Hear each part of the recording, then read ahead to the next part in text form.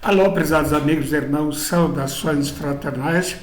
Meu nome é Peter Undro e queremos hoje fazer uma meditação sobre o seguinte tema: arrependimento falso ou verdadeiro.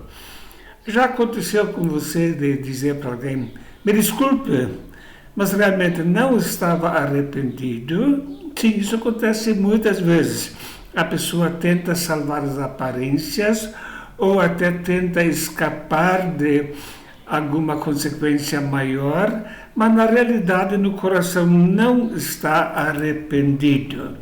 A Bíblia nos fala o seguinte: a tristeza, segundo Deus, opera arrependimento para salvação e não produz remorso. Mas a tristeza, segundo o mundo, produz a morte. Temos então aqui dois tipos de tristeza. Segundo Deus, resulta num arrependimento verdadeiro. Mas a tristeza, segundo o mundo, produz remorso e morte para a pessoa. Então, no arrependimento verdadeiro, eu vejo o pecado como Deus o vê. Cada pecado custou a vida do Filho de Deus. Cada pecado é terrível, trouxe consequências terríveis para o próprio Filho de Deus e traz consequências também para o homem. Mas o arrependimento falso, a pessoa não está realmente se arrependendo do pecado em si, mas está se arrependendo das consequências. Como Esaú, ele estava arrependido por ter perdido a primogenitura, perdeu a herança principal, mas não estava realmente arrependido do seu pecado. Muitas pessoas se arrependem de ter cometido determinados atos pecaminosos, porque isso lhes privou de muitos privilégios, até na área da obra de Deus. A pessoa às vezes perde o direito de pregar, de ser missionário, de exercer alguma função, porém a pessoa não está necessariamente arrependida segundo Deus. Uma mudança de opinião com respeito à natureza do pecado sempre acontece quando existe um arrependimento verdadeiro. Para o que se arrependeu verdadeiramente, o pecado lhe parece algo muito diferente que aquele que não se arrependeu. Em vez de olhá-lo como uma coisa desejável ou fascinante, lhe parece algo aborrecível, detestável, e se assombra de que havia desejado algo assim. Quer dizer, a pessoa vê o próprio pecado em si como algo terrível que aconteceu na sua vida, fato que não acontece onde existe apenas um arrependimento falso. Porque a tristeza, segundo Deus, opera arrependimento para a salvação, da qual ninguém se arrepende. Mas a tristeza do mundo opera a morte. Porque quanto cuidado não produziu isso mesmo em vós, que segundo Deus fostes conquistados, que apologia, que indignação, que temor, que saudades, que zelo, que vingança, em tudo mostrastes estar puros nesse negócio. Lemos aqui a respeito da igreja de Corinto, e quando eles foram confrontados realmente com o pecado, então isso produziu uma mudança radical. Eles se sentiram confrontados com a sua realidade, ficaram indignados por causa do pecado, e eles perceberam que o pecado é terrível e produz consequências terríveis na vida da pessoa. Por isso, é muito importante saber que a pessoa verdadeiramente arrependida não se acha digna de desfrutar os privilégios do passado. O arrependimento falso faz com que a pessoa expresse algum tipo de arrependimento só para poder ter os privilégios de antes de novo. O filho pródigo arrependido disse: já não sou digno de ser chamado teu filho, faz-me como um dos teus jornaleiros. Então a pessoa verdadeiramente arrependida não se acha digno, não acha que perdeu um privilégio que deveria ter mantido. ela sabe, eu já não sou mais digno. A pessoa não arrependida se cala sobre o que está acontecendo. Vai confessar somente quando for pego em flagrante. Davi escreveu: quando eu guardei silêncio, envelheceram os meus ossos pelo meu bramido em todo dia. Salmo 32, verso 3. A pessoa realmente não arrependida só vai confessar depois que foi pega em flagrante. E sempre quando no aconselhamento eu pergunto: você confessou espontaneamente por estar arrependido ou só quando foi descoberto? Quando a pessoa sempre diz não, só quando foi descoberto, a gente já está com sérias dúvidas. Será que houve realmente um arrependimento verdadeiro na vida da pessoa?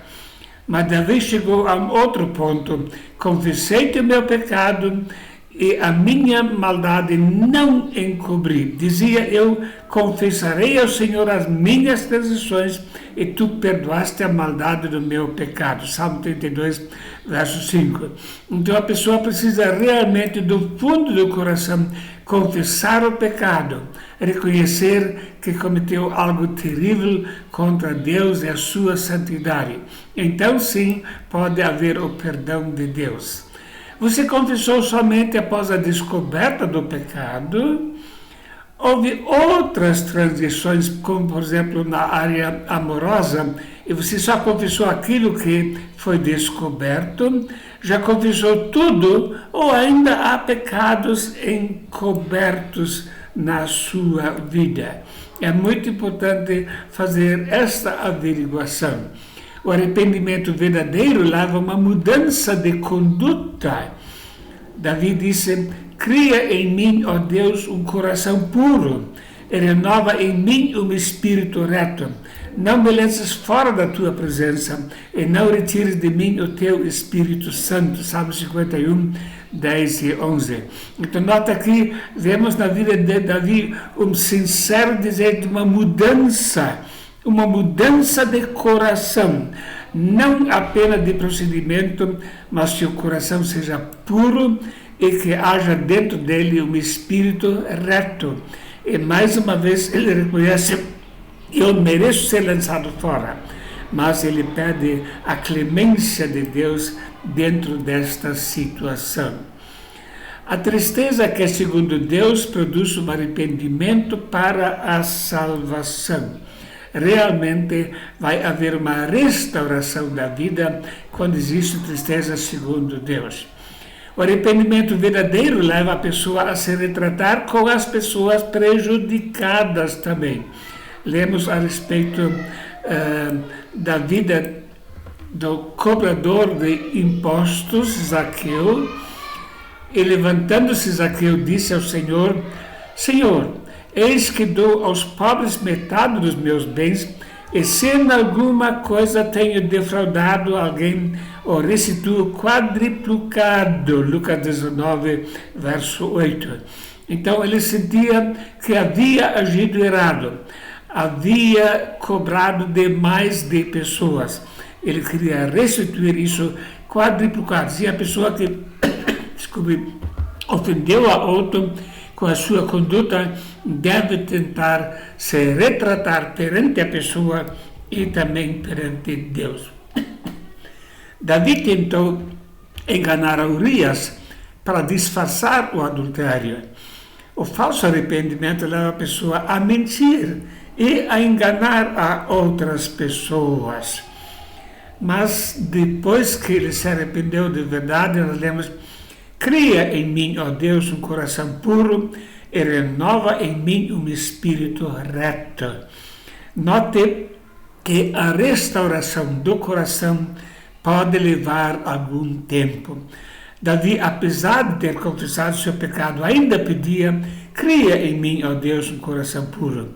E nós devemos reconhecer que depois de um fracasso tremendo, pode haver necessidade de um tempo de trabalho para uma restauração completa na vida da pessoa.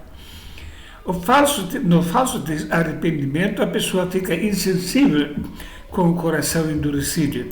porquanto o coração desse povo está endurecido, e com os ouvidos ouviram pesadamente, e fecharam os olhos, para que nunca com os olhos vejam, nem os ouvidos ouçam, nem o coração entendem, e se convertam, e ele os cure. Então, muitas vezes a pessoa está com o coração endurecido e realmente não está sentindo o peso do seu pecado. No falso arrependimento, a consciência fica cauterizada pela hipocrisia de homens que falam mentiras, tendo cauterizada a sua própria consciência. 1 Timóteo capítulo 4, verso 2. O falso arrependimento é de curta duração. A pessoa vai confessar, mas vai fracassar de novo. Confessa e fracassa de novo. Confessa para escapar das consequências, mas não fica realmente livre do pecado. E quantas pessoas tentam manter privilégios fazendo uma confissão falsa, mas no fundo não estão determinadas a confessar completamente. A graça de Deus é maravilhosa. Deus está pronto a perdoar lá onde existe um arrependimento verdadeiro. Lavai-vos, purificai-vos, tirai a maldade de vossos atos diante de meus olhos, e cessai de fazer o mal. Lemos em Isaías capítulo 1, verso 6. Deus quer purificar a vida da pessoa completamente, mas para isso é necessário um arrependimento verdadeiro e uma confissão completa. Vinde então e erguei-me, diz o Senhor, ainda que os vossos pecados sejam como a escarlata, eles se tornarão brancos como a neve. Ainda que sejam vermelhos como carmesim, se tornarão como a branca lã. Isaías 1,18. Quando lemos os primeiros versos desse capítulo, notamos que Deus está chamando um arrependimento verdadeiro, uma mudança radical da sua conduta, dos seus pecados contra o próximo, assim por diante. E quando a pessoa está realmente arrependida, então sim pode chegar a Deus, e Deus vai perdoar os piores pecados na vida da pessoa. Arrependimento falso ou verdadeiro? Como é que tem sido isso na sua vida? Deus pode restaurar a pessoa de qualquer pecado quando existe um arrependimento verdadeiro.